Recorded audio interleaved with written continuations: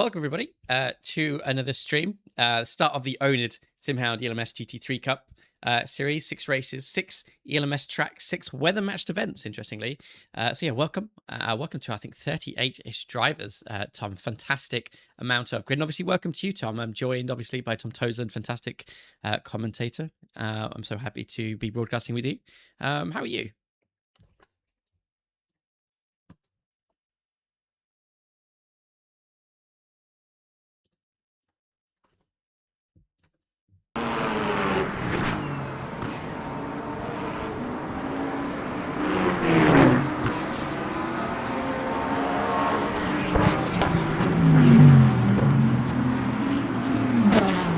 Yeah, indeed. I will say, like we usually say, you join us halfway through qualifying, but unlike joining us halfway through qualifying with 5 minutes to go, there's 12 minutes to go. It's a 30-minute long qualifying, longer than we usually give the drivers time, interestingly enough. And speaking of time, while we're on the subject of time, race tonight and throughout the series is 4 times time progression.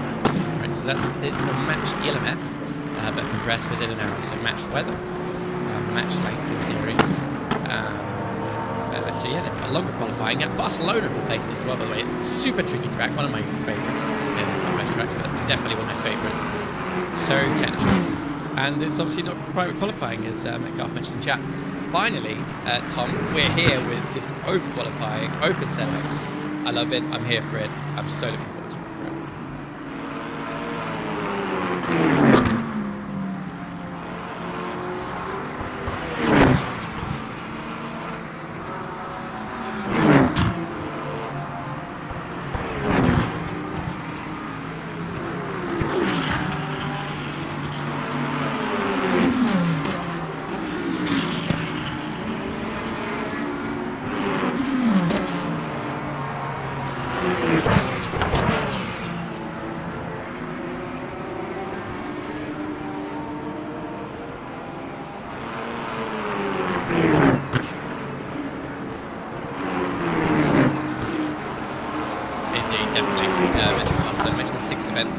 Then we got a little preview of the calendar of this series coming up in the future. But that's the future.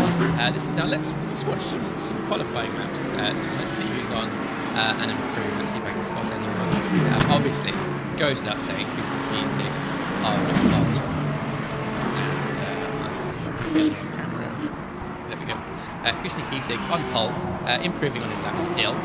Chris Downing also improving, not far behind, either in that Ferrari, tight-looking Ferrari as well. I'll see if we can catch some custom liveries as well. I know the few drivers run custom liveries. Petielnek has got a couple of tenths so far.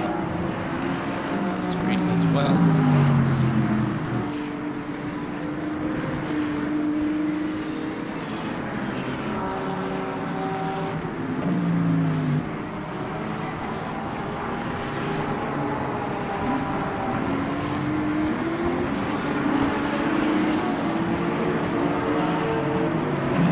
Pace at all, really still in the place on the timing screen you'd expect him to be. So yeah, just wanted to comment on that. Just a slightly interesting kind of change of car for him. Indeed, and apparently briefly you dropped out there, but I've sorted it now. I think I know what the issue was, and it was a me thing, don't you worry. It's sorted now though, definitely. John Metcalf saying there were 2 a second ago. Yeah, unfortunately I'm not that good at voices, so yeah, definitely was working at the beginning. But yeah, right, so Petielnek moving up to 5th from 16th. Massive improvement. But look at the interval. Look at the best laps on that screen. A 10th. I mean, I'm looking at a 10th from, let's see here, Spiller down in 13th, 43.0. I mean, it doesn't end into the first 2 8s to Chris Bell in 8th. So a 10th can get you 5-6 places in some cases here. It's huge improvements. But as ever, the smallest improvements are the hardest to find. Yeah, and I think that's a testament to the community that we've made as well. Just how quick, well, not even how quick, how close and competitive each driver is with one another. You can come and join one of these races and you're guaranteed to be able to have a little bit of a race with someone in the session. And to do those drivers all within a tenth of one another, I mean, it's going to be, it's mouth-watering, isn't it? Here come the race in a couple minutes' time. Yeah, certainly. And the circuit is endless amount of tricky corners, obviously. So qualifying isn't everything. Race pace, quali. One lap pace might be one thing, but race pace is something else. Particularly at Barcelona, everything's intensified. Tire wear, as we see Barcelona loop it round, coming out of turn 7. I think that was a tricky corner there. Hard to balance the amount of momentum you need to bring in without bringing too much in. So often it's a really thin edge between the right amount of speed and suddenly there being no grip. And lap after lap, your tyres are wearing down. The track's changing. It's trickier and trickier in different conditions every lap. Let's try and find some going around there. The nice looking Porsche there. But yeah, race starts, race laps. Barcelona, it's never all said and done just by qualifying. Yeah, no, not at all. And I've got to agree with you as well. The livery there for Fusca looks mega, and a lot of these liveries as well, the new oNiD liveries that have come out in this 2.0 update, they've looked brilliant. I think it's Ben Brown that's done them, and they've all looked absolutely first class, especially that one there. That just the kind of turquoise blue on the black with those little kind of yellow dashes for the new logo look mega. Christopher Bell here on the new one as well. These improvements are tiny, as I mentioned, but look at the gap, look at the intervals with Bell and Hammer. He needs 9 thousandths to improve. What does he have? 2 minutes. That's enough to move up one position. That's all he needs right now. That's the thing, I don't trust him though, because there's still 6 minutes in this session. That's plenty of time to kind of still improve. As I said earlier, you don't want to show your cards too early, because if you show them too early in this session, you're going to find yourself kind of keep setting a similar time over and over again for the next 30 minutes, and then as it always happens, someone will come in right at the end and go like half a second quicker because they've left it in their back pocket. So that's the thing. I don't fully trust them. I think there's still a lot of time in this circuit, and I think there will be some last minute people that just bang in a lap time and go flying up the order. Maybe Zach as well. Zach is down in 19th. I think he's got a bit more time than that Lambo, maybe. Yeah, definitely. Tielek, by the way, I've just seen here 2/10 improvement in pocket, and I say pocket, he's crossed the line now. Massive improvement for them. Sector with his makes a difference. Still in P5 though. I mean, that's a bit of a golf really now for the top 4. Your hands are obviously 4/10 ahead of Tielek, but then again, it's very tight, very tight. Game seems very loud in comparison to you. Yeah, the game is always really loud. Let me see if I can sort that out now. I'm just going to get how the sausage is made here.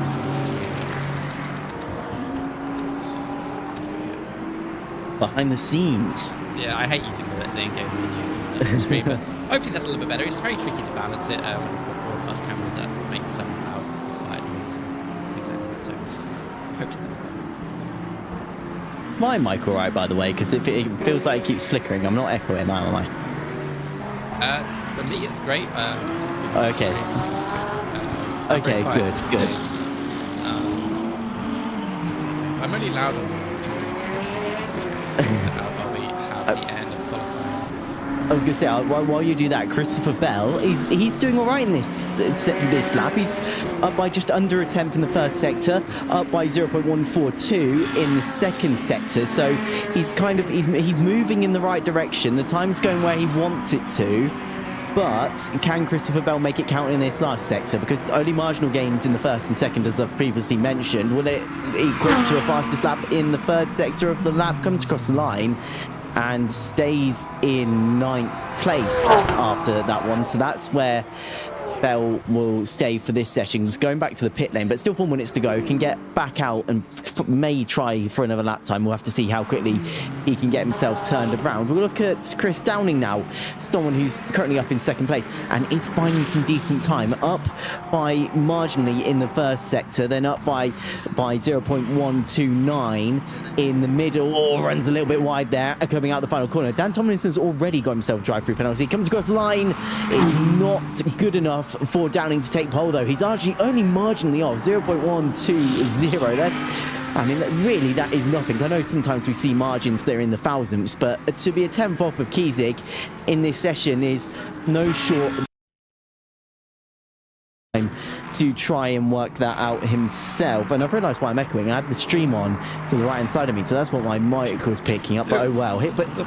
Sorry, the past 5 minutes I've been trying to find this phantom noise coming from somewhere. And it's you. Yes, it was me. Sorry, my bad. I forgot to mute my laptop. Whoops-a-daisy. But anyway, here's Zach. I'll let you talk for this bit. No, right. 2.5 tenths up was he coming out of the second sector. That was sector 3, very, very tricky. Let's see if he can carry enough speed through the final corner, enough confidence. 3 minutes to go, though. You know, the pressure's on. He doesn't need much to improve, but with this improvement so far, he's looking at 2, maybe 3 spots to see what he can do when he comes across the line. I mentioned, has he invalidated in the final section? We've missed it. I think he has. Yeah, I think he must have, because there was no final sector time and he stayed exactly where he is. But this is what I was saying about Zach. There's time. He's got stuff in his back pocket. He knows where he has, well, where he's been saving some temps around this lap. So, yeah, I think Zach, I think he knows. He can go quicker again, I think. Yeah, indeed. Yeah. Once you know you've got that in your back pocket, that you're capable of that, it does take some of the pressure off. 9,000 on the first sector, yellow sector, not too bad. Obviously, that's where we saw some gains in the previous sector, in the previous lap. Sorry, so he's still got some in sector 2 as well. Yet we've also got Brian Anderson, by the way, 10th up pretty much. Again, this is going to be enough for 2 positions for Anderson, which would be a nice little bump off the start going through sector 2. Now, tricky corners. He says, I'm going to say it's a lot tonight. Some of these corners, a lot of these corners are so tricky, and they're all so different from each other. You know, fast turn 7 here, flick it in, but don't run wide off track limits. Avoid that horrible curb.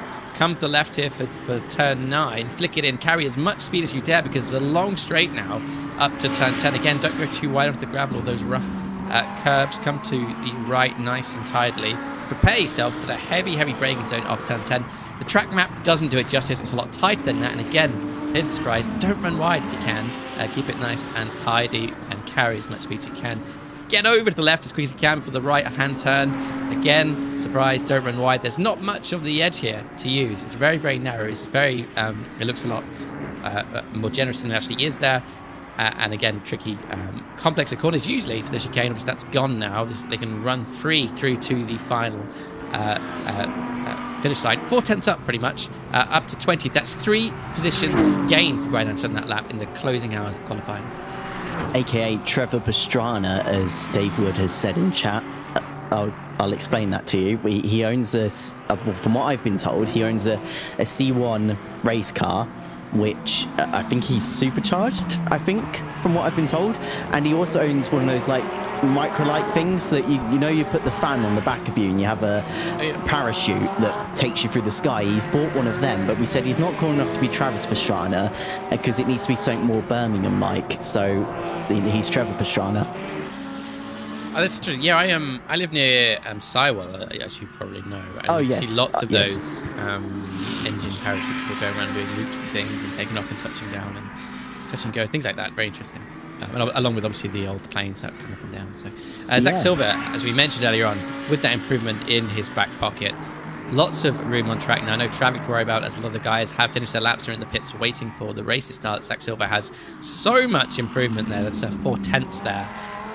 In his on his laps so far. He can take it a little bit easy now in sector 3 if he wants to. This 4 tenths is a huge improvement. Going to bump him up a fair few positions. Just has to get it down to the finish line now. 1 corner really. Downhill though, tricky braking. Easy to overshoot if you're too harsh on the brakes. Around the final corner. There's going to be a dash to the line.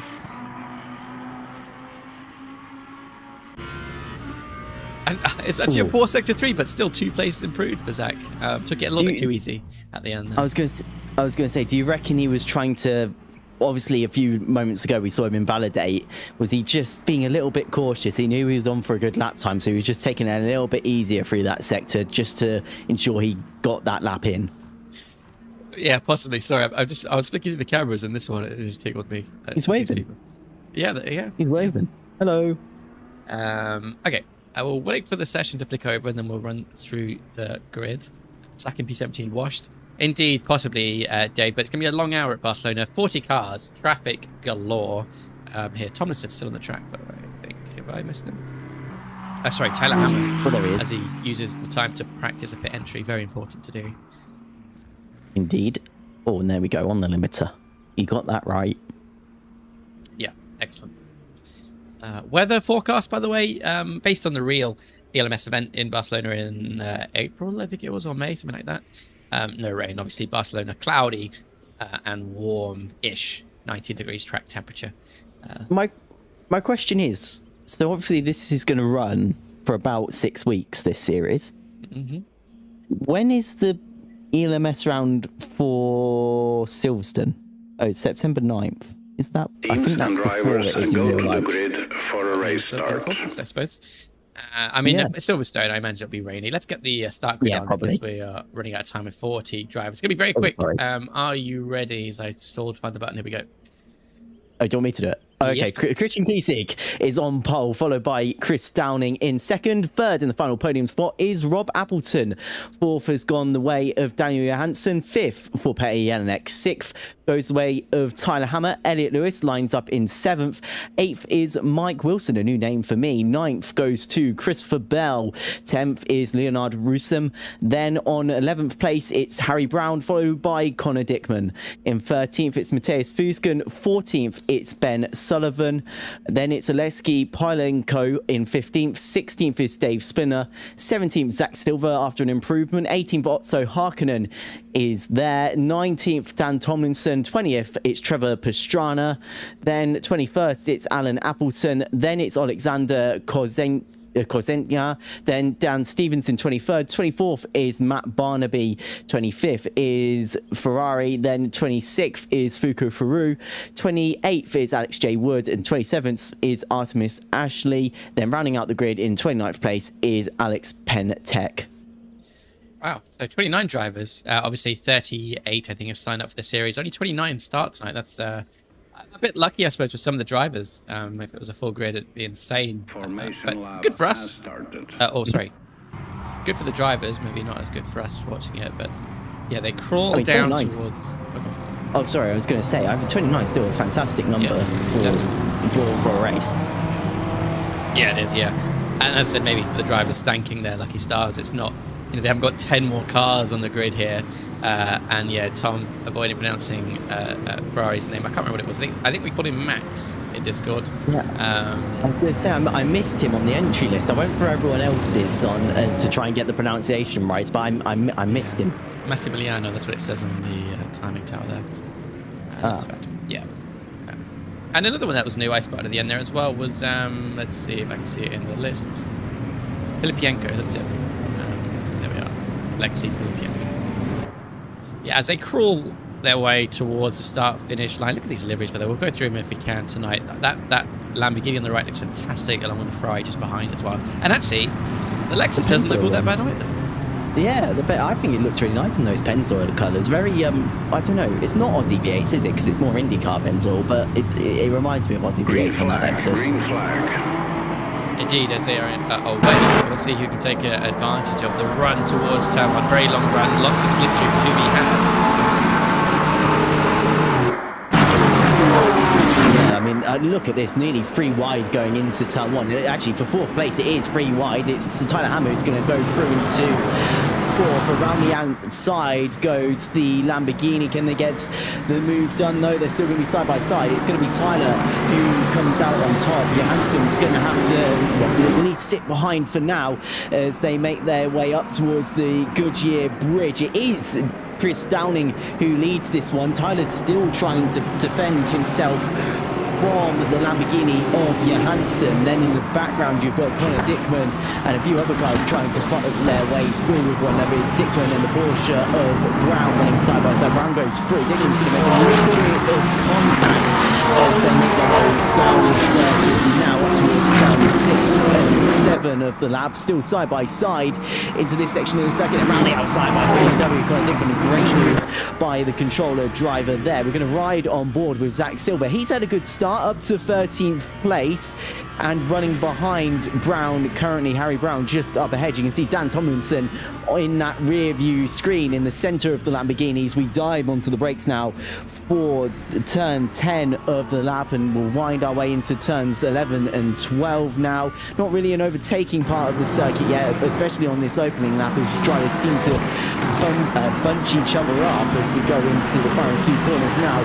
Running just behind the Lamborghini is Wilson. Johansson has fallen back a little bit from Tyler Hammer, who today really having some really good pace in that Ferrari as we come to the end of this first lap. And look at this, Sam. It's an absolute slipstream train still. Yeah, it's fantastic to see, isn't it? You see also Harkin in the back here as well. Very close, practically pushing that Stevens towards turn one. Looks to the inside, does the Ferrari of Harkin, and let's see if we can really on the brakes. Again, in the back as well, we have Faro and Alexa Kozin, I'm going to say, just behind them, fighting for P21. I believe that little bit fantastic near at the end of the tail here. And you're right, a massive long grid snaking its way through turn one, whilst the back of the pack was still coming through the final corner. It's fantastic. Oh yeah, Mustang Dave, love it. As coming down the inside, it's Dave trying to find a way past Dan Tomlinson. Tomlinson is actually, it's kind of reversed it there now. He's actually right on the back of Zach Silver. The BMW running into his back as well. Silver and Lamborghini backing the McLaren up into the BMW. As you can see, this weather changing very quickly. It's starting to become a little bit overdraft. That's not the right word. Overcast. As we head into, well, about 3 minutes now into this race. No rain expected, I don't think, on the forecast as we make our way down the straight now. Let's see. Zach Silver's got a decent enough gap here to stay ahead of Tomlinson. Spinner onto the brakes as well. But there's no real obvious overtaking point, is there really yet, Sam? No, you know, you have to really bide your time here as well. You know, you may have some mega pace over your rivals, but unless there's a clear spot where you can get past or at least alongside, you have to be single file through a lot of these corners, and you have to accept that or face the consequences of a lot of gravel or a lot of death. That is the issue with this circuit. There's not a lot of heavy braking zones. I think now, coming down this start-finish straight into turn one, that is a spot you can go for an overtake. So let's see. We ride from the back of Zach Silver, looking to Dan Tomlinson. But actually, he's opening up the gap. Zach's gone a little defensive, going to the inside. Actually, he's going down the inside of Brown. There he is. Alongside and through goes Lamborghini up into 12th place. Brown pushed offline, so that's allowed Tomlinson and even Splinter to come through. Tomlinson's definitely through. Will the BMW get the move done as well? Yes, the Lamborghini, not the Lamborghini, the Porsche, I should say, runs wide. So it's actually in the space of a handful of corners has gone down 3 places. Down the inside in the background, though, comes the Lexus of Sullivan on Anderson. Anderson loses out a place, 16th now for Sullivan, 17th for Anderson. And it's a lot of aggressive driving in these early laps, isn't it, Sam? I know the saying is it can't be won in the first lap of a race, but I feel like a lot of these drivers want track position. Yeah, you're definitely right. You have to be, you kind of have to adapt the environment you're in. You know, if you've got drivers behind hustling you to move on, and you know, the driver ahead of you, you can't let them get complacent. You have to be a bit aggressive sometimes. You know, we see Connor Dickman, a controller driver, so extra hard for him too. I imagine incredibly skilled at. Crazy, yeah, just fitting the mirrors where he can, just putting that pressure on. You know, these race starts, a lot of drivers, you know, some of them don't adapt well to that pressure. They've got a whole queue of cars around them, and they've got to keep the pace and keep up with the train. You know, they can't necessarily back off and drive too comfortably right early on, otherwise they'll get absolutely swamped. You know, so then they're under more pressure and even more liable to mistakes. So you have to adapt and keep up with the flow of the river, essentially.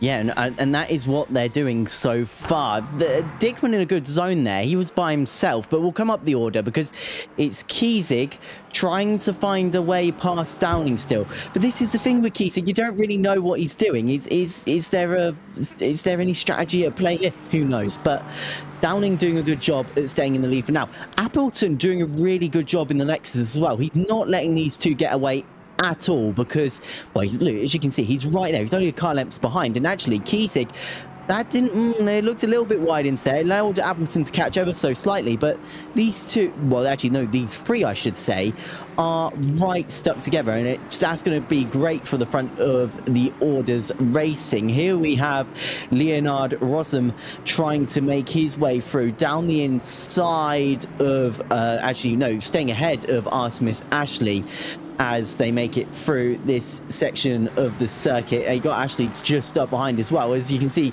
here's Johansson still right stuck to the rear of Tyler Hammer, who's fallen off the leading pack. I think Johansson probably feels they have the pace to go and fight with those guys in the top three of the field. And looks to the inside, but decides against it. Again, as you say, it's kind of binding your time to find an overtaking opportunity around this circuit, Sam, because, well, it just is a struggle, because if there's a lot of half-hearted places you could go for a move, but that could end very badly. Yeah, I mean, you're not wrong. Ellie Lewis, by the way, just getting ahead, P6 of Mike Wilson. You're right, there's so many corners here. They're all so high speed. You know, there's a couple heavy braking zones, turn 1, turn 10, obviously. Turn 4 famously, obviously, but that's even a half. It's kind of a half braking zone, really. You know, and most of the time, then you have to stay single file. You want to take the outside line or an inside line different to your opponent. Well, that's you know, funny enough, not the racing line, and therefore it's a slower line. So you're compromising yourself if you attack. You're just leaving yourself vulnerable to the drivers behind who are driving, you know, to the option line because they're not having to try and make a move like you may be. You know, it's about running time. Another thing to note tonight, there is a mandatory pit stop for tyres and fuel. So you can't do the Keys extra of staying long on fuel and looking after that and having track position. You're going to have to pit at some point anyway. So when are you going to do that? That's a weird thing. It's an hour-long race, but it almost does feel like a sprint race in a way, because there is a lot of there's a lot of stuff kind of packed into this hour. So there's always something to keep an eye on, and that's the interesting thing. It throws me back to when we used to I'll come back to that point because we have got an interesting race. Down the inside is the Lexus, who is just running ahead of these guys. We've right on board with Matthias Fusken, got Christopher Bell just up ahead, and then it was Wilson and Jelinek fighting with one another. Wilson looks like they're trying to hang on for dear life from Petr Jelinek, who's nearly sat on that rear diffuser of the Lexus running up the road. And actually the Corvette's looking for a move. No, here comes the Porsche. The Porsche is going to try and go around the outside. He's going to go for a switchback. The Corvette didn't really take an ideal line there. The Porsche rushed up to the rear of the pink car ahead, but there's no room. Oh my goodness gracious me. This is intimidation driving here for a mind punt if you do.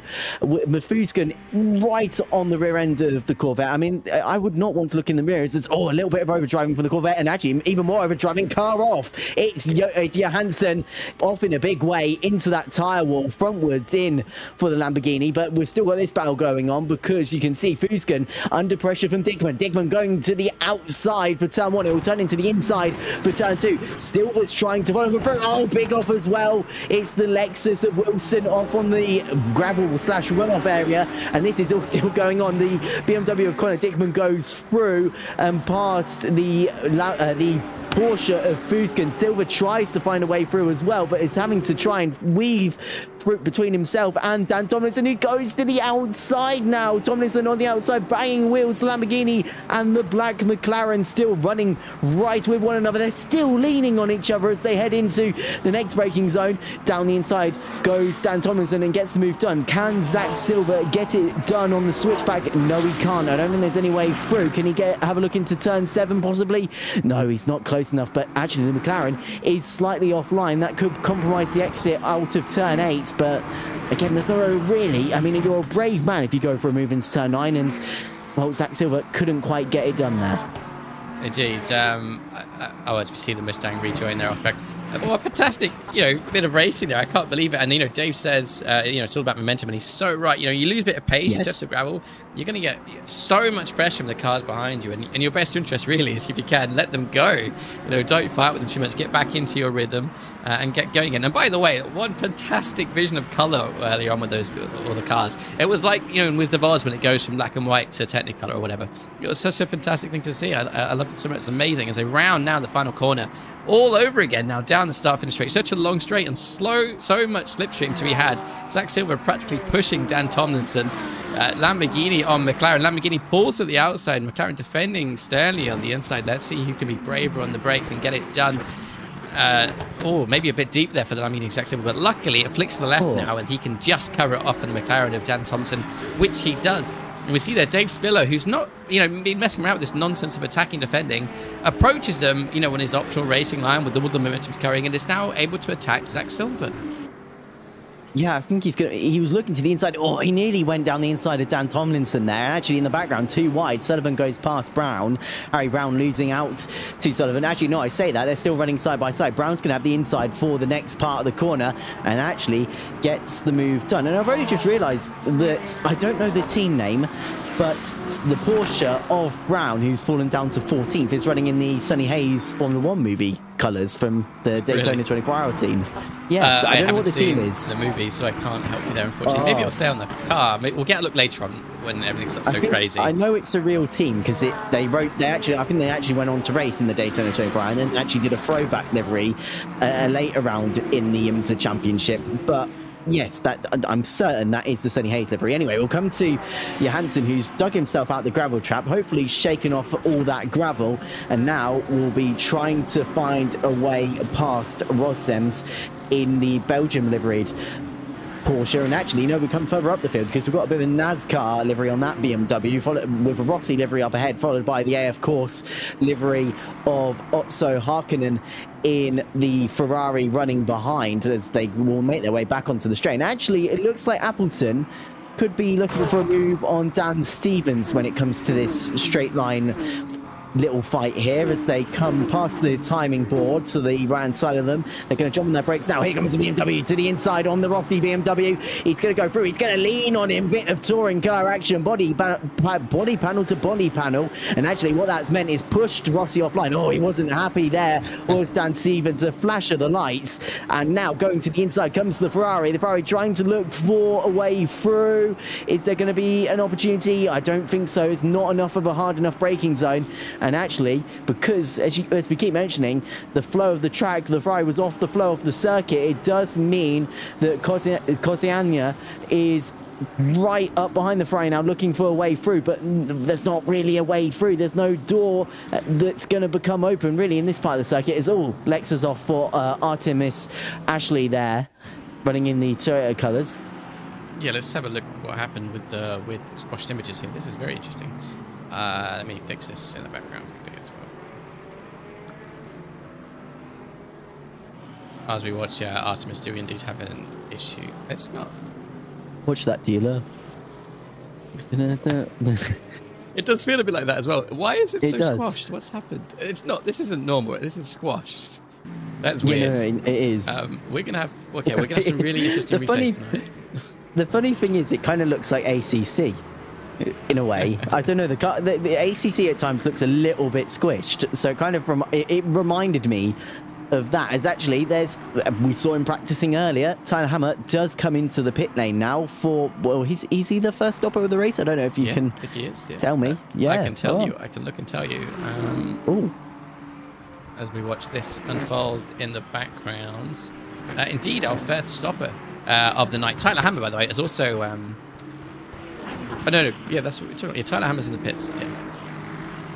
And we're still following Alexander Kozina in the BMW, 18th place. And actually, we'll come further up the order because there's a battle on for 7th. It's Christopher Bell trying to hold on from Connor Dickman. Kind of similar colours for the pair of them as they run into the braking zone, and the BMW isn't quite close enough to get the move done out of turn 5 as they come to the exit of the corner now.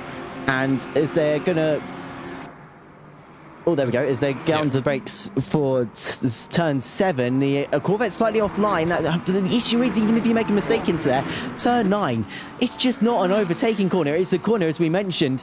You've got to keep the racing line flow through. If you go offline through there, you're basically, well, you're just done, aren't you? Because you're just going to lose all your momentum coming down this back straight into turn 10. And actually, a little bit of contact there between Dickman and Matthias Fusgen. I think a little bit too trigger happy on the throttle there by Matthias Fusgen. I don't think the door was ever going to open up, but it has actually, and it's cost him quite dearly here because the Porsche of the Porsche of Matthias Fusgen, I'm getting all my people mixed up, is right behind Dickman now. So Fusgen right on the rear of Connor Dickman, and actually you can see just because Dickman got that little bit trigger happy in the BMW, it's meant that the Porsche of Fusgen is right on his rear as they come into the next braking zone. Is the Porsche going to be close enough for a move? No, he's actually under threat from Zach Silver, who himself is under threat from Dan Tomlinson, who then himself is under threat from Dave Splinter. So there's this is a fantastic part of the circuit to watch. They're just all so close to one another, and it's a little bit of kind of Formula Ford action. It's a slipstream fest, and as soon as someone goes offline, they're going to get overtaken. Yeah, exactly. Yeah, the pressure's on, and the pressure's on to look after your tyres as well. You know, the moment you get those little bit of slides, that compounds. Your tyres have less grip suddenly, and next time it's going to happen again, and easier and easier. And Brian Anderson, by the way, having a big moment, dropping down a few places there, offline now, having some issues. Has fuel in the tank, so it's not a fuel issue, just having a issue of speed and momentum loss compared to the drivers around him. They're trying to get going again, but until you get to the next corner and able to reset your relative momentum, you're just going to be losing out massively. It's like having a poor race start. Everyone else is another car off. Sorry, loads of cars off. Dan Tomlinson here. We'll have to look at this. Caused a few cars off now, trying to take avoiding action. Lexus, I think, in the background. That's Harry Brown, I think, in one of the Porsches of. This might be the beginning of it. I think Dan Tom went off, yeah. Yeah, triggers it coming out of turn 7, I think, isn't it? And then with the density of cars, it's just impossible for others to not be totally involved. I think the way they made contact, though, they might have got away with it, because Dan doesn't look too damaged. The Porsche didn't look too damaged on the front end either, so I think they might have just got away. Oh, actually, no, I say that. I take it back, actually. There is some little bit scuffy black marks on it. Actually, that's before the contact, though. Yeah, indeed, yeah. This is, some collateral damage there. And awkwardly, for Dan Tomlinson there, it comes to a stop on the racing line, really, at the top of the hill there. So, not ideal. No, not 18 really. minutes in the race. And actually, it wasn't really ideal for Brown either, because he was coming into the corner and there wasn't really very much he could do about it. There was just next second there's a McLaren in front of him and he's making front end contact with it. There wasn't, as I said, not much he could have really done. No, indeed. And you know what? If you're driving around here, particularly in that particular complex on this circuit, you see a massive haze of smoke, dust, and the cars are off. Are you lifting suddenly through this section here, and risking your own balance of the car and people so close behind you, losing positions, causing another incident, or are you keeping it a bit pinned, and going through until you can see what to avoid and know the correct kind of action to take? Is it a bit like a trolley problem? I think I don't know. I think the issue with those corners as well, coming out of them, is the fact that coming out of turn 8, you're kind of you're on the throttle anyway, so. If you even let off, I think you're already being dragged to that side of the circuit. So even if you let off, I think you're still going that way. I think it's going to be very hard to steer to the right-hand side to avoid them, even if you do let off. So I think staying in the throttle, it's not necessarily the worst option. No, fair enough. I think it's up there on the front, Chip Hart Racing, if that rings any bells, something like that. I'm not sure. As we see Zach Silver again practically pushing Matthias Schieskin, and then Porsche there goes to the outside. Early days. Out comes the BMW from the pit lane to add things into the mix. They go onto the brakes into turn 1. Pink, yellow and blue all line astern. A BMW there as well joining the fray, snaking their way through turn 1, turn 2, up round now. Let's see who's got a better exit heading towards turn 4. Can you remember where Zach qualified? Because I know it was somewhere around 15th. I can tell you. I think. He's gained 9 places this race, so 16th. Yeah, you're bang on, yeah. Damn, I've surprised myself. But my point is, you can just see Zach very good on his race pace, and he's been I wouldn't say he's been conservative, because there was that outrageous move we saw around the outside of Dan Tomlinson heading into turn 1. But he's picked his moments, and that's what you need to do around here to have a good race pace. You need to know where you can put the car when it's going to be offline and you're not going to lose too much time. And I think that's exactly what Zach has done. He's picked his moments, and that's what's led him all the way up to 9th place in this order. And he may even go even higher, because he's right on the rear of Connor Dickman still.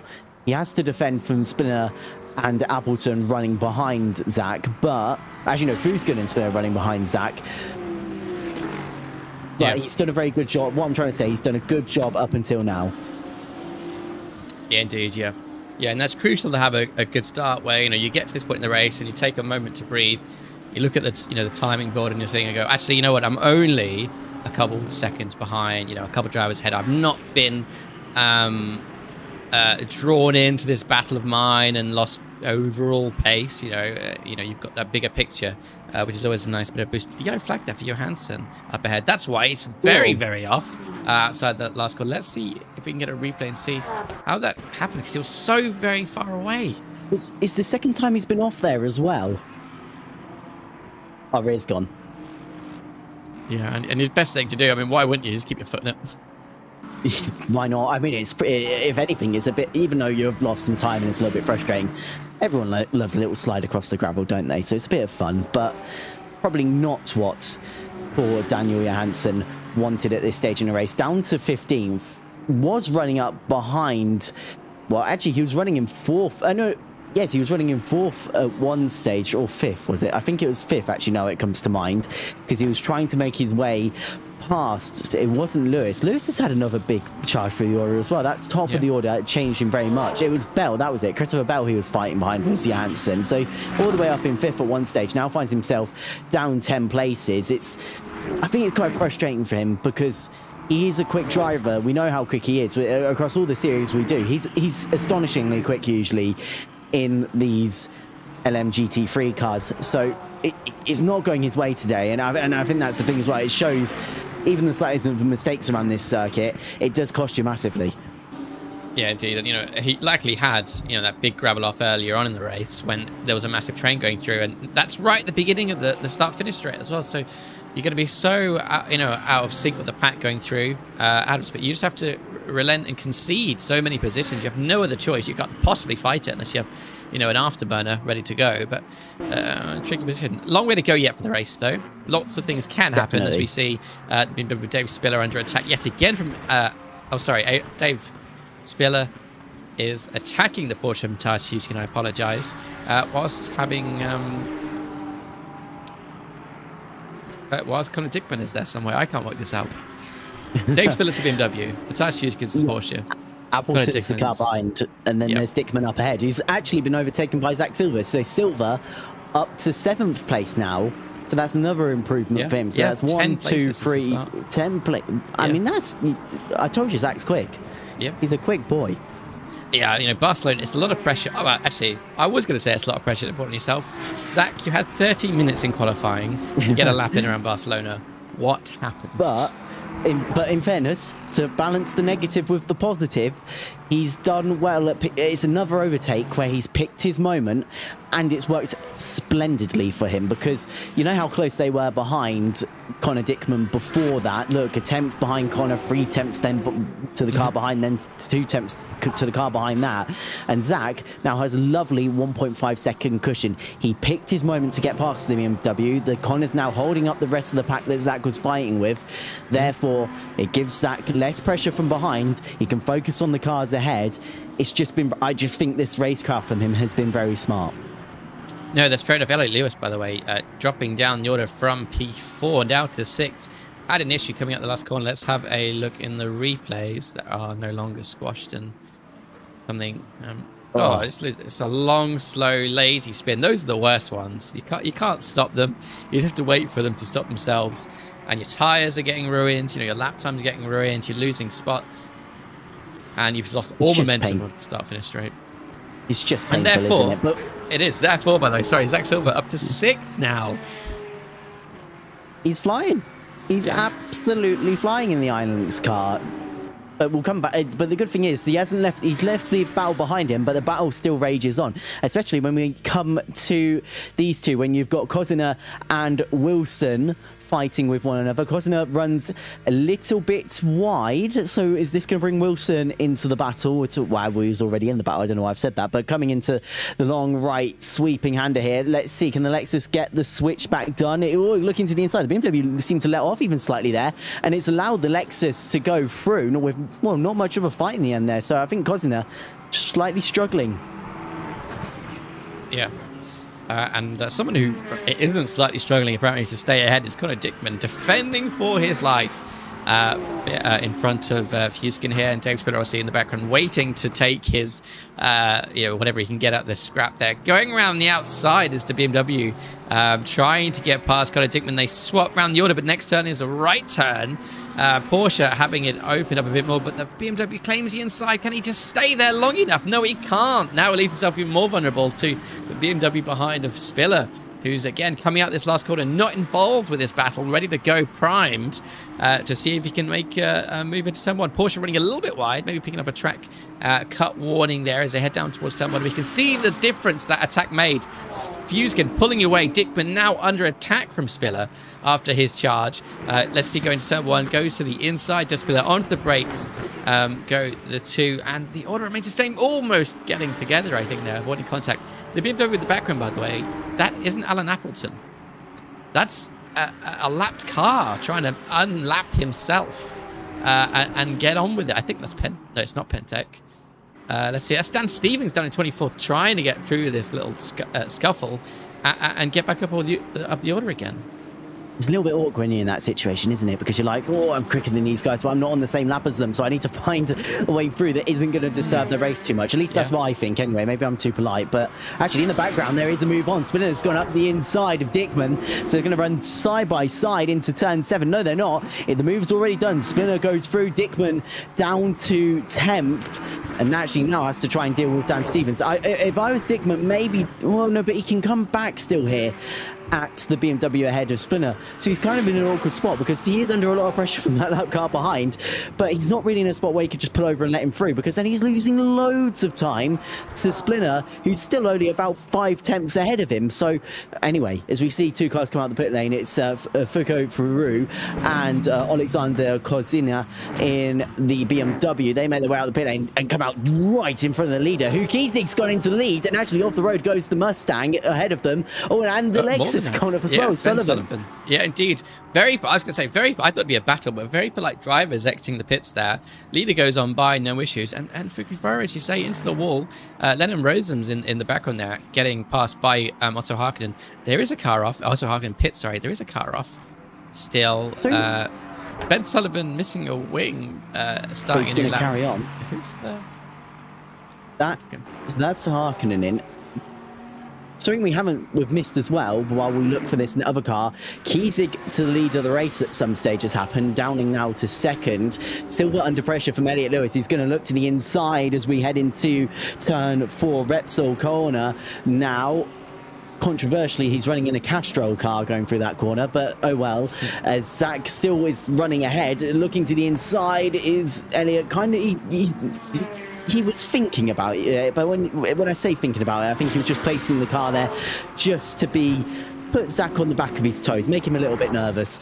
But what this fighting is actually doing, obviously Fuskin got past Dickman and he's been unleashed, and he is coming to join the party for what is 6th place on circuit, and he's not too far back, about 8 tenths, now drops to 7 tenths to Elliot Lewis right up ahead, and actually Dave Spinner 1.1 seconds back behind as well. So this is in a second, this is going to turn into a 4-car battle for 6th place on the circuit, so that's going to be very tasty when that starts happening. But here into the pit lane comes Christian Kiesig from the lead of the race.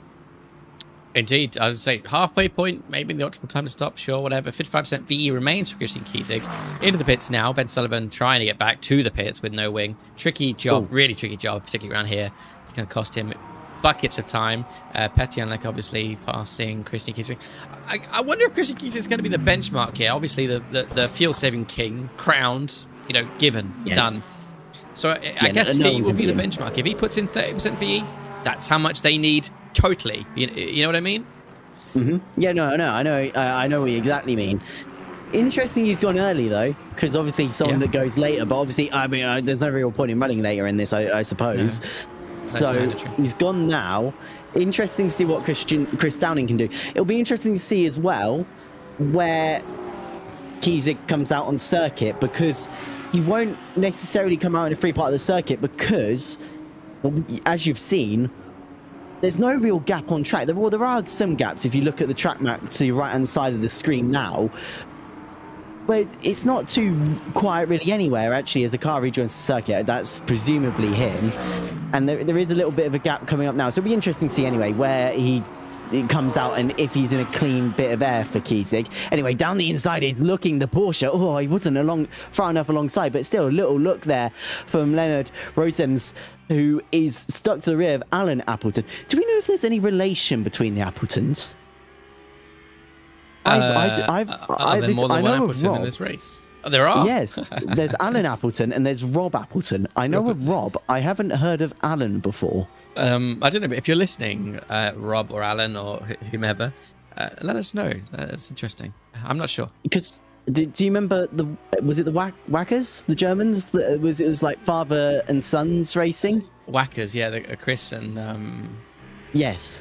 And someone else. Do you know what I'm going to do? I'm going to look on SimGrid to see if their nationalities are the same, and then that's a clue. Whilst we watch this mellow yellow battle towards turn 1. Yes, it's the Porsche up against the BMW. You've got the 3-litre straight 6 turbo in the BMW running to try and outrun the Porsche here into the braking zone, and the Porsche has found its way through down the inside, and yeah, it's really taking the race in line. So good move by Rossums there for the 5th place for now. Obviously hasn't come in for their stop, so the order still going to be shaking up as there's a lot of cars coming into pit lane now. We've got Dickman running in the pits, Lewis in the pits, Bell in the pits. There's a lot. This seems to be the time where everyone's starting to come in, but actually not too many. Kiesig running in 7th, and as I said, look, he's come out in a part of the circuit.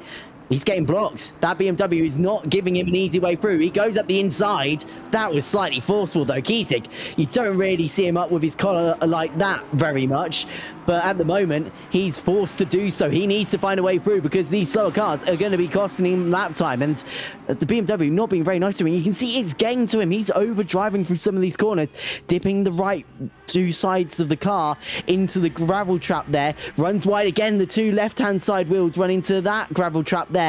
It's getting a little bit hot under the collar, I think. Yeah, definitely. We see the BMW and Porsche in front go wide and drift, feeling the pressure of the fantastically fast Kiesig. Yeah, he's closed the door again. Close the door again on him. Kiesig's going to try and come for the switchback, but no way through. Alan Appleton is going, yes, you may not be in the same race as me, but I want a little bit of fun right now. And he's forcing it from Kiesig, and look, he goes straight into the pit lane. So Kiesig does eventually find the way through, but Alan Appleton, could he be the man that's cost Kiesig the race win there? Because that is going to have cost him, well, it looked to be costing him a little bit of time there, Kiesig, because he was getting involved in a fight he didn't necessarily want or have to be in. No, indeed. And, you know, if you're Chris Downing, you know, you're mentally noting, okay, Kiesig's outlap maybe was a 220, whatever it was, I can't remember. 220, you know, he's being held up now. I need to push. I've got no traffic really in front of me. We're looking at the track map. That diamond is the leader, Chris Downing. Pushing now. Everyone else is peeling off into the pits.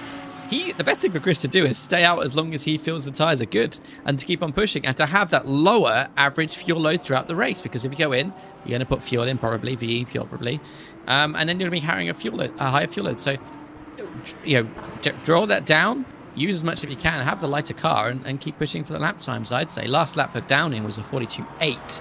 Kiesig was off track, unfortunately, so we didn't see what it was, but certainly with that traffic, wouldn't have been near, I think, 42.8 at all. And I assume he's going to be slow on this lap as well, because Rossums didn't really make that incredibly easy for Kiesig to go through. So that's, again, and as we've said all stream, well, as you've said all stream, you've got to keep the flow of the circuit. And again, I don't think Kiesig's necessarily done that on this lap. He's not picked necessarily the best moment to go through. So again, it's going to be interesting to see where it all figures itself out, because he's being forced to be aggressive, but is he picking the right moments to go through? I'm not sure he is at the moment. No, indeed. And I wonder how quick Kiesig is able to reset, you know, and deal with, you know, slower traffic maybe, or drivers that are, you know, he's having issues with, or having a moment with oversteer or running wide into the gravel. You know, some drivers, you know, they take a bit of time to get back into that rhythm and reset. Let's go again and get into that flow. You know, I wonder how quick Kiesig is able to do that and just snap back into, okay, let's put that on my mind now. Let's not cost myself another corner of time, you know, against Chris Downing tonight, and see if we can push it. Because Kiesig is under pressure here to put lap time in. He's caught up 2 seconds to Dave Spiller in the last lap, though. 42.6 was his last lap. 43.1, Chris Downing, so 5/10 difference. Which, in the grand scheme of things, I mean, it's a lot, but it's not that much. It could have been wider. But the good thing for Kiesig now is decent part of the circuit. Not the traffic ahead of him is quite far up the road. So what he needs to do is just settle in, focus, reset, and just drive as he always does, and we'll see how that works out for him as Tyler Hammer and, well, actually no, the order changes. Tyler Hammer up behind Ferrari here, who himself is running behind Jelinek in the Porsche, but about 3.3 seconds back, because that actually I didn't even realize that Ferrari ahead not running in the same race. I think this is a lapping going on. Oh no, it's not, it's Ferrari, sorry, I've got confused. Ferrari getting overtaken by Tyler Hammer, who himself is going to get done around the outside by the Corvette, who actually isn't on the same lap. There's too many cars. Oh no, he is, it is Bell, Christopher Bell, trying to go around the outside of Ferrari in the background, couldn't get it done. Ferrari's going to hold the place, and what this is doing, it is backing up Christopher Bell into Elliot Lewis right onto the rear of the Corvette and the other Ferrari. Now it'll be interesting to see how this works out. Oh, a little bit of a twitch on the curbing there, just caught it the wrong way. He looks the Corvette, but actually going to the inside, getting squeezed by Ferrari is the Corvette. Eventually gets the move done, somehow manages not to run too deep, and is going to hold on to the place. So Bell up to 11th. Elliot Lewis isn't done here yet. Ferrari trying to stay ahead. Lewis half having a look to the inside, trying to fill the mirrors of that lime green Ferrari up, but well, there's not really any room for the Elliot to get past yet. I think, Sam, though, could be opportunity come the end of this straight. Yeah, possibly. We'll keep an eye on, obviously, as he enters the straight. Massimiliano Ferrari there, Max Ferrari, not yet stopped. Lewis has stopped, new tyres, new fuel. So that's the difference. Max fuels off into the pits. So we're left with Chris Bell, sorry, as you did say, and Elliot Lewis onto the braking zone, all neat and tidy, just like their custom liveries, as they go through turn 1, nice and tidily, as I said. Let's see then. So stoppage-wise, Petty Jelinek through to Lewis have stopped. Kiesig, we know, has stopped, and then Ferrari's in the pits now, and everyone else has stopped indeed, as you can see the time there. So except for the top end of the grid, these drivers are fighting for position here, trying to get going again, trying to get those tires up to temperature to get them the grip they so desperately need. And it's so tempting to overdrive and push a little bit too much here coming out of the pits, which you definitely don't want to do on cold tires. Have been flung off, trying to keep the pace. So gently, smooth is fast. 21 minutes to go, 20 minutes to go. It's not worth trying to overdrive, get a couple of tenths out of a corner, and use any more tyre than you need. Fuskin also heckling Connor Dickman in the background here. I feel like we've seen blue, pink, and yellow all night, grouped together fighting. It looks great. It's a masterpiece, really. It's sort of a word I can't remember the word of.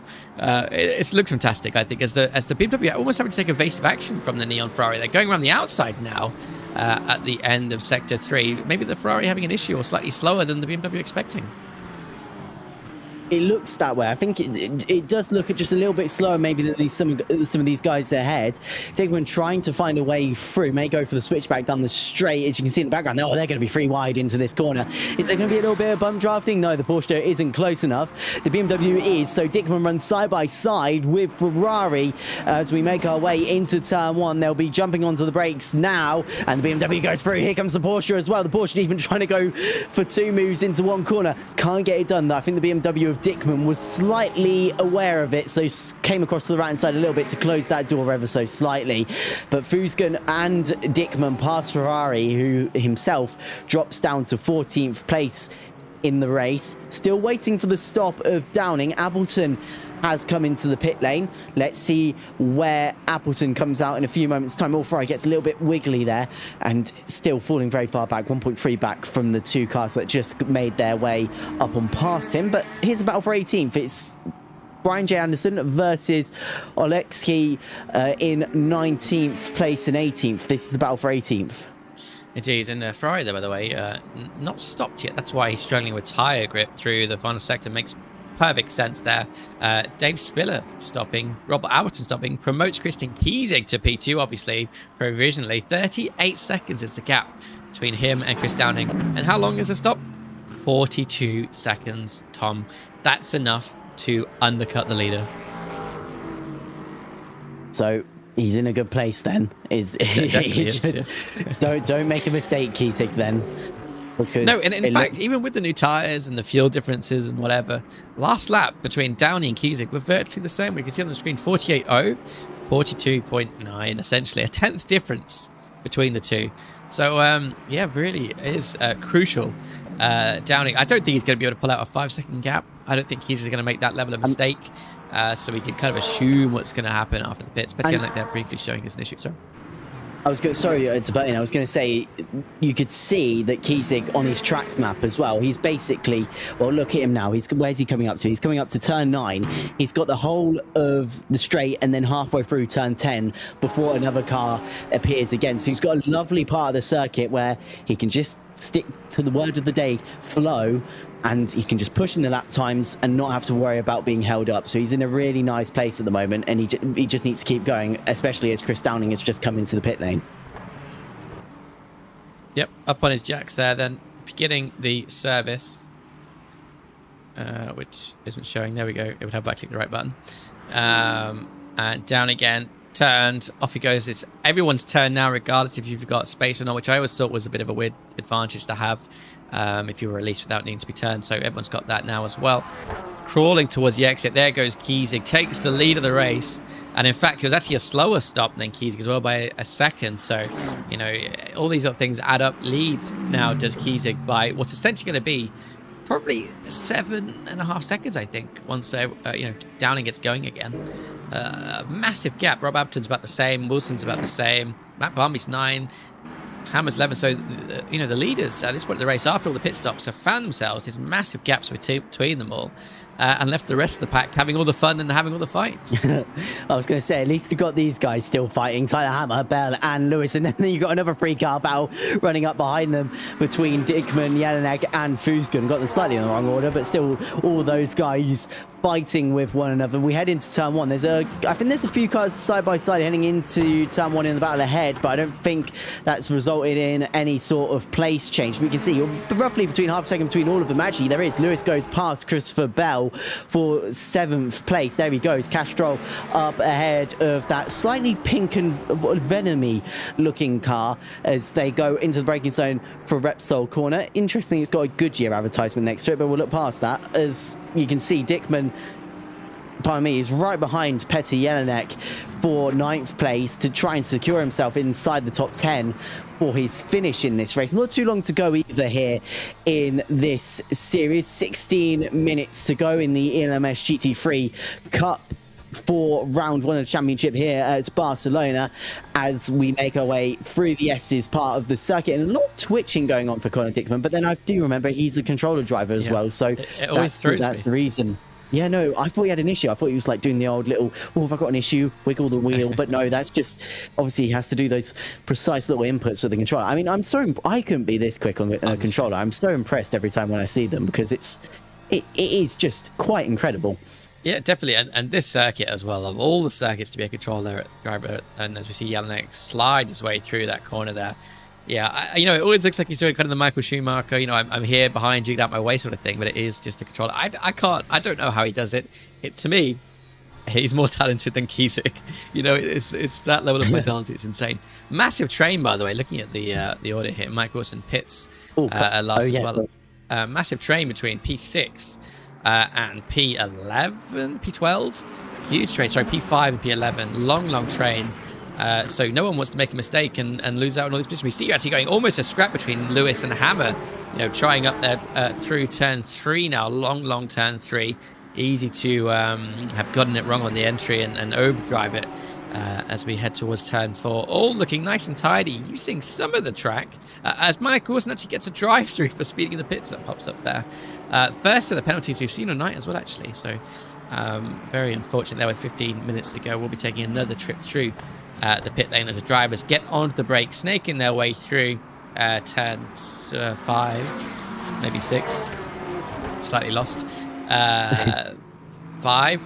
But interestingly, you know, they've caught up here. I wonder if it's easy to, well, I know it is easy to get complacent. You catch up with this train, and you kind of fall into the rhythm of the train. You're no longer lapping at your pace. You're lapping at whatever the pace of the train is. And it's such a tricky thing to get past, but it's essential. You know, you remind yourself, don't get complacent if these cars going side by side. The Corvette losing out. Oh no, the Corvette of Tyler Hammer. Just had to back out of it. Yeah, just had to back out of it. As a little bit Oh, that was an awkward one because he was there. The Porsche was there. I think that was Petr Jelinek. I think he was close enough, but it was a little bit awkward. It was a second and a half. Yeah, I don't really know what to say. The stewards can decide that one. Well, exactly. This is post-race stewarded, so if anyone's got any instances race to report them, indeed, definitely.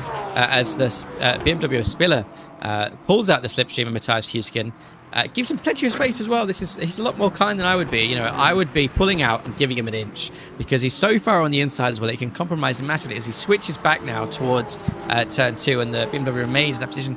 And I think that was actually partly because what I said was, you know, he's pulled out, gone to the racing line to have the optimum line, but he did it so early. The Porsche had, you know, so much time to open up the corner themselves to carry more momentum as they head towards turn 4. Both drivers compromised here, you know, trying to get past and defend each other, and actually Dickman and Jelinek and Tyler Hammer are pulling away with these two scrapping. I say pulling away.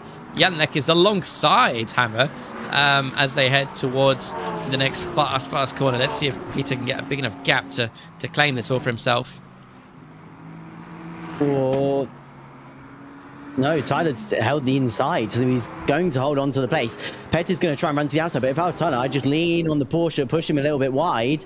But no, carried the momentum around the outside, and actually the Porsche, the Ferrari, even though Tyler had the inside for that corner, it's lost out massively because there goes Dickman down the inside, and a controller player versus controller player, and Dickman goes through up into 6th place. 7th is Hammer, and someone who's lost out quite big, who we were praising at the start of this race, is Zach Silver. I don't know where he's gone.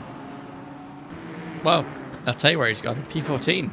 Up 3 places from the start. 2+ seconds. It's gaining massively for some reason off of Johansson, his next rival. Johansson themselves in the boot of Rosims there, the Porsche down in P12.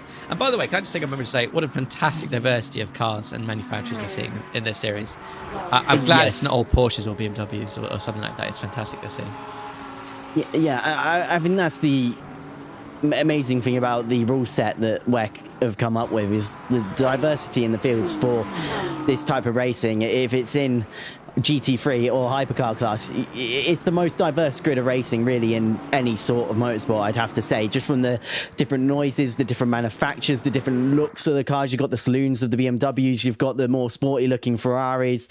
It's just absolutely magnificent, and especially in this time of day as well, this game captures dusk so beautifully. You can see the haze in the background, the sun slowly turning the sky ever so pink, the lights starting to turn on in the cars. It's just so picturesque, and it just makes for a great watch, really. There's not much more I can say. No, indeed, as they head up towards turn 9. They have to go single file. We see some cars opted to try and go side by side. You're right, dusk is fantastic. The golden hour, obviously, is fantastic. It's a shame there's so much cloud here. Very cloudy Barcelona. Very unfortunate. I kind of like it, though, because it just it gives a bit of... I don't know, you don't see cloud much in racing games. I don't know. I don't pay... You know, like how I like to pay attention to these things. But the clouds... You can just see a little bit of a haze of the hill in the distance area. So you're right inside, you can just see just a little bit of haze in front of that hill, and it creates that little bit of atmosphere, and I just love it.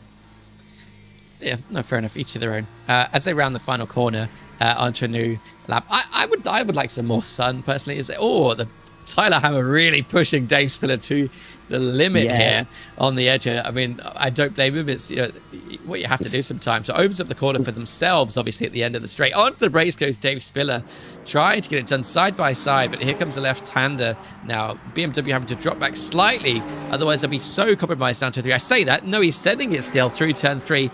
Door bagging is not the word. They're rubbing tyres completely, giving Matthias Huskin a massive run here towards turn 4. BMW gets ahead at last, though, and leaves Tyler Hammer kind of both attacking and defending, really, at this point.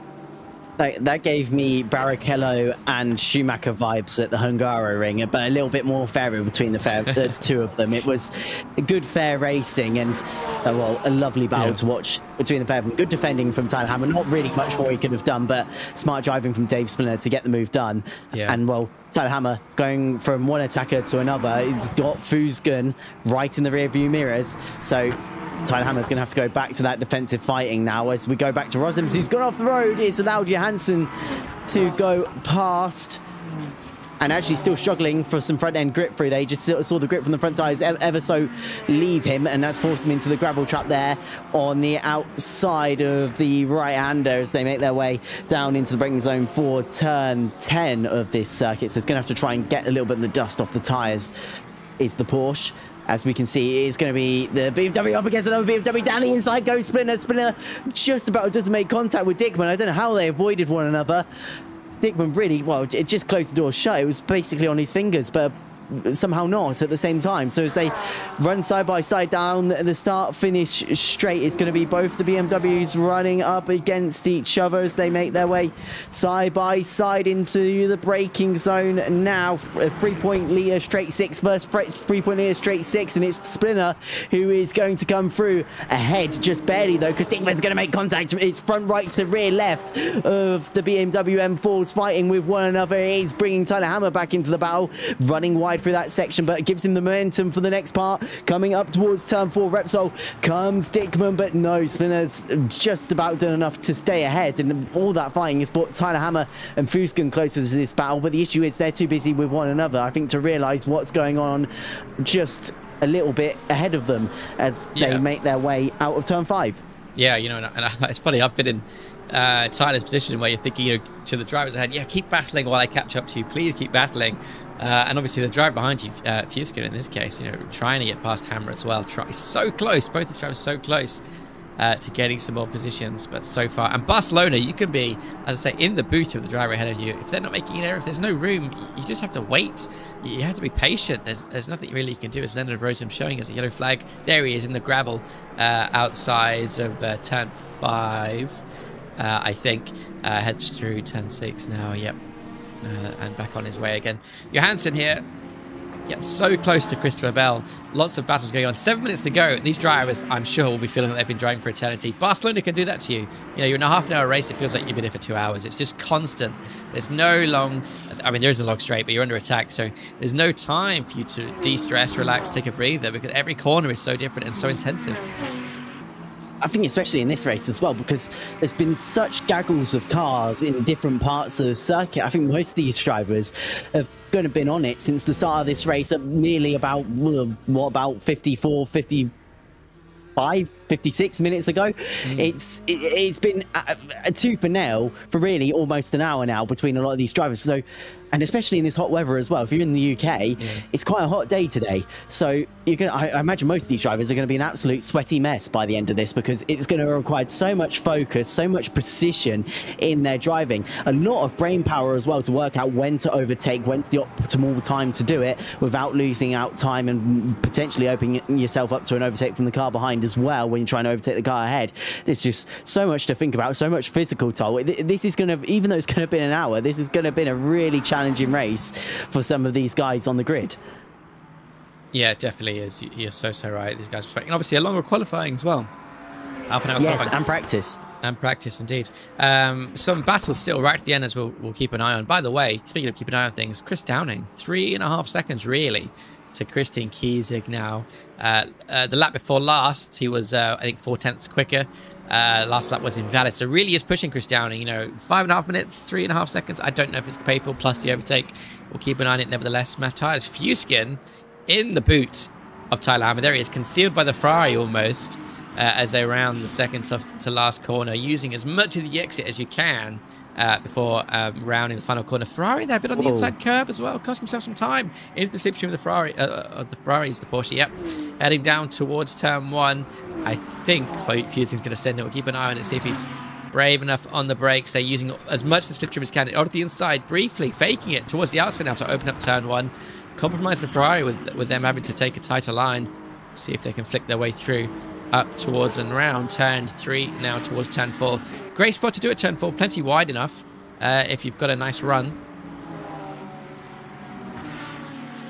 Potentially could be one, slowly closing up, but no, too far back for who's going to try and find a way past Hammer. Hammer doing a good job of making that the widest Ferrari on circuit. Also is Harkonnen doing a great job of making a very wide Ferrari right now from Johansson, who's not good comeback drive here.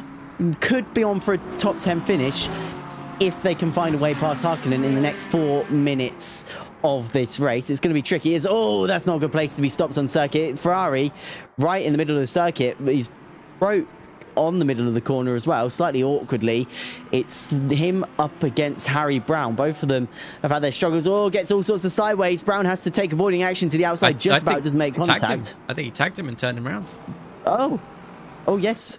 Oh, watch it again quickly from Harry Brown's onboard. I'm sure he tagged him. Oh, no, he gets going and then he just helps him round. Yeah, a bit of both. Yes, slight 50-50, Your Honor. It was slightly their fault, slightly not. It was nothing Brown could do racing. No. Done. Oh, as the car goes off in the background there. I think it's Harkonnen. Yeah, deep into the gravel. Just the this pressure, is listed for some reason as unsafe rejoin. We'll see what happened. Loses it on the way in, lost the rear, tries to keep it going, but it's too quick, too much speed, obviously. Sideways into the gravel. It is an awkward corner, though. I think because it is slightly downhill, so I think the car gets a little bit of air underneath it. Gets a little bit lighter, so when you go to turn in, it just encourages the rear end to overtake you, and I think it has caught out some of our drivers here tonight. Indeed. We're not in a replay, nor are we on the replay scene. There we go. I wasn't sure why the replay icon was having a moment. I don't know. These two still right together, as these are as well. Alan Appleton up against Mike Wilson. Side by side, the Lexus is going to go to the inside. Let's see what the Lexus can do up against the BM. BM's going to go around the outside, which will then turn to the inside for the next section. The Lexus will have the inside, though, for the long right-hander that is turn 3 of the circuit. They're going to run side by side. They're nearly banging wheels with one another. This is very close between both these drivers. Doing a good job in this race, side by side into the ring zone. Oh, they are together. The Lexus is still there. The BMW tried to outbrake them.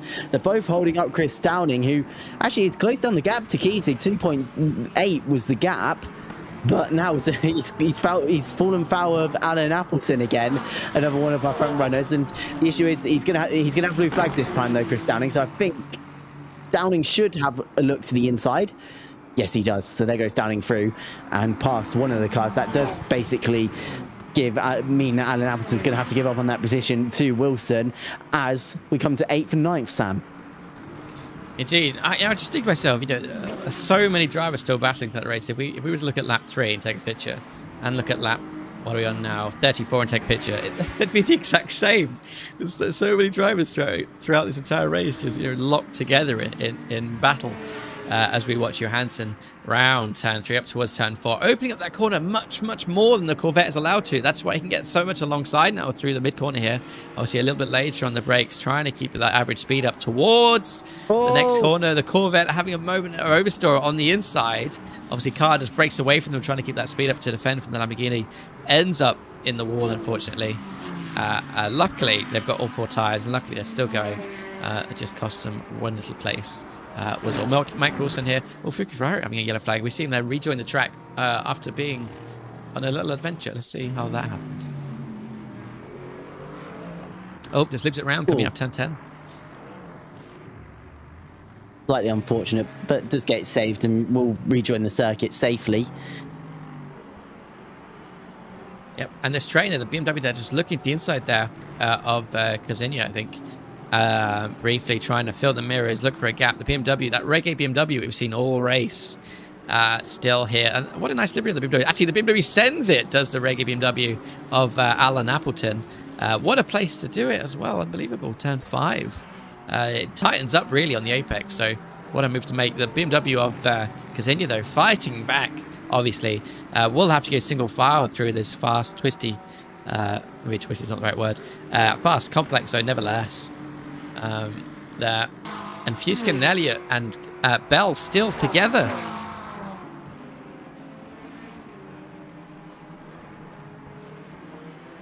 Here they are, running together, Fuskin and Elliott, on and in a surprisingly quiet part of the circuit, considering these two seem to have always been in a 4-car battle this race.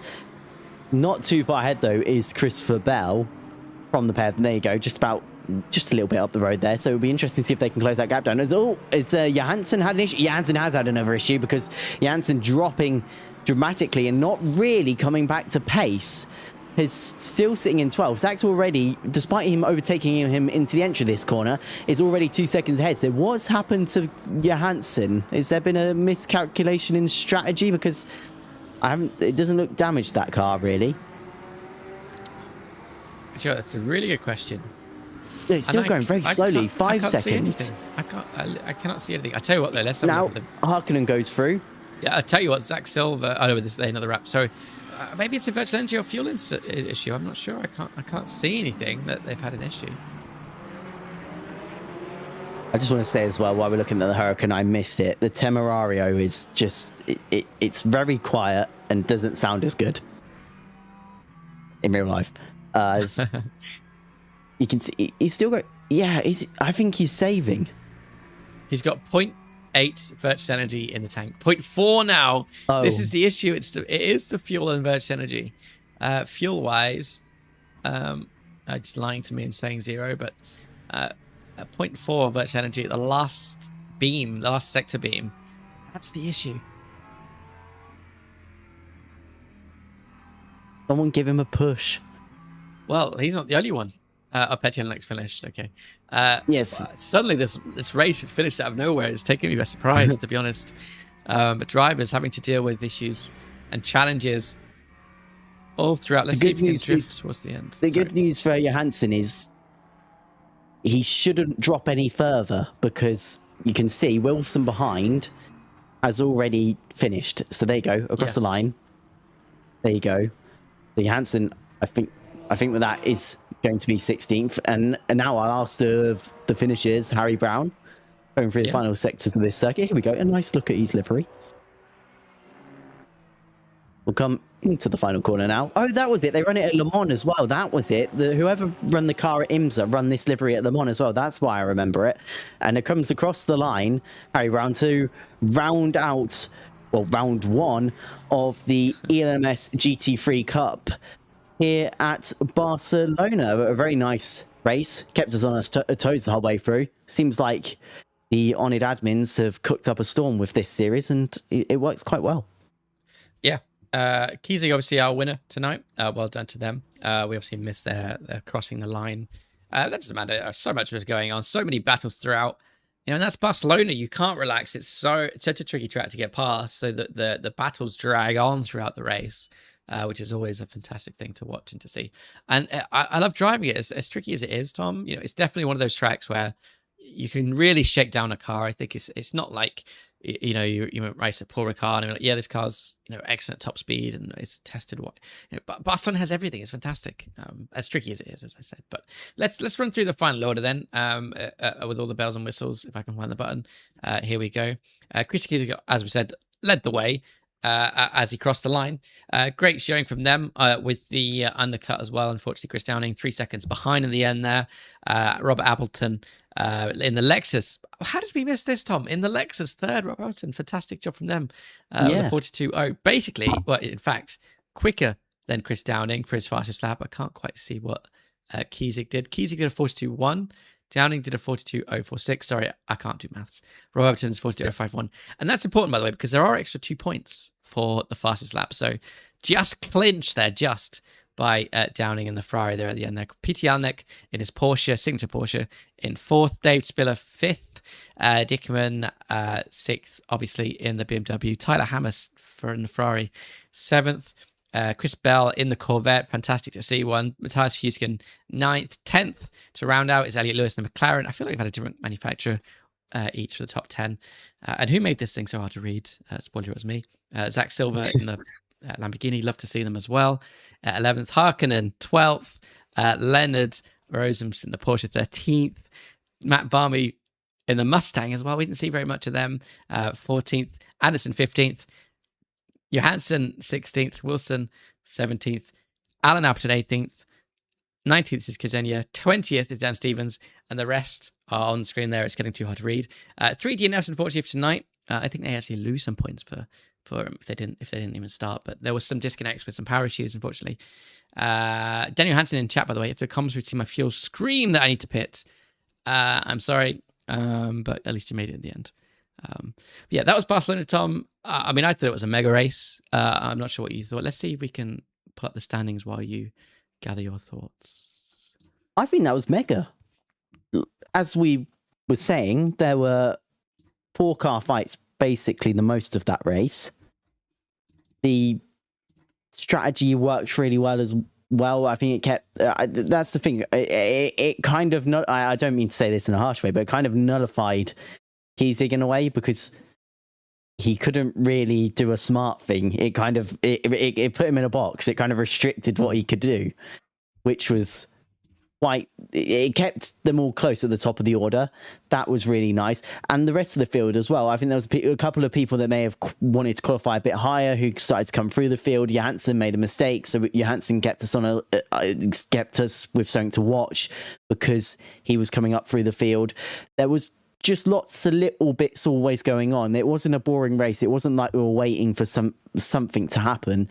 There was always a little fight somewhere on the circuit to keep us entertained, and that's the important thing about this. You want something that keeps you entertained, and I think this series has done very well at that. And as well, I think the top of the field it's not going to... I don't think it's going to be Kiesig every week. I think it's going to stop and change each week who wins. So I think it's going to be a close championship. Yeah, it was certainly close tonight. And actually, I raced for the first time with Kiesig recently, and it turns out he's not totally immune from...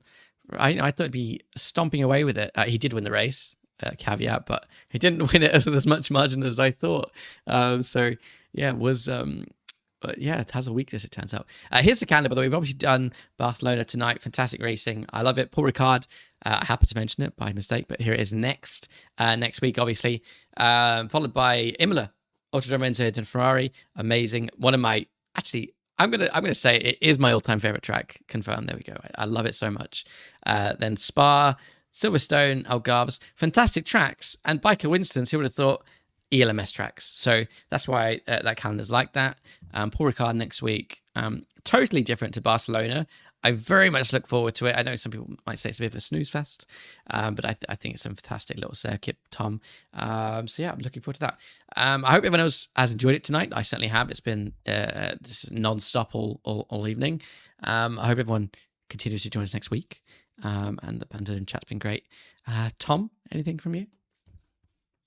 Should I go through what else is happening this week? Oh yeah, do that. Yes, so tomorrow it's the start of the Assetto Corsa Evo series, the oNiD SimHound Mazda Evo Cup.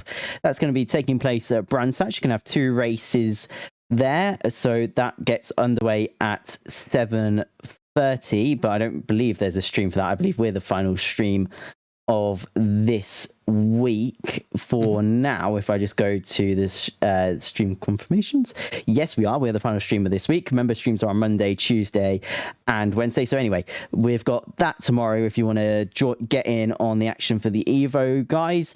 Then if we head to Sunday, we've got we're back on LMU, and we've got the SimHound Sprint Race Sundays LMP3 Championship, and that's going to be taking place at Bahrain. 2 sprint races from there, and that gets going at 7:30. Then to start the week, we've already had round 1 of the oNiD XT SRC multi-class series from Daytona. And this week we're going to be heading to Silverstone for the second round of that championship. You can join Scotty and Paul from 8 o'clock on Monday evening for that one. Then we've got another round 2 coming next Tuesday, and it's the oNiD Racing Stronger Formula Club series powered by SimHound. We've already been to Interlagos, so this week we're heading for a sprint race and a feature race at Most, and that gets underway at 7:30. And this race will also be streamed by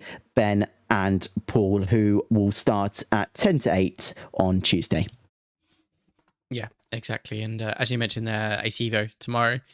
Still some spots if anyone wants to join. Fantastic bit of racing there. Not streamed, unfortunately. They're just not ready for it yet. But Yeah, so join us when we're next streaming. Join me and Tom next week when we continue this fantastic series. But until then, thank you everyone for watching. Thank you everyone for listening. Do join the Discord as well if you're not. There's lots of banter on there. But yeah, good night from me and Tom then. See ya.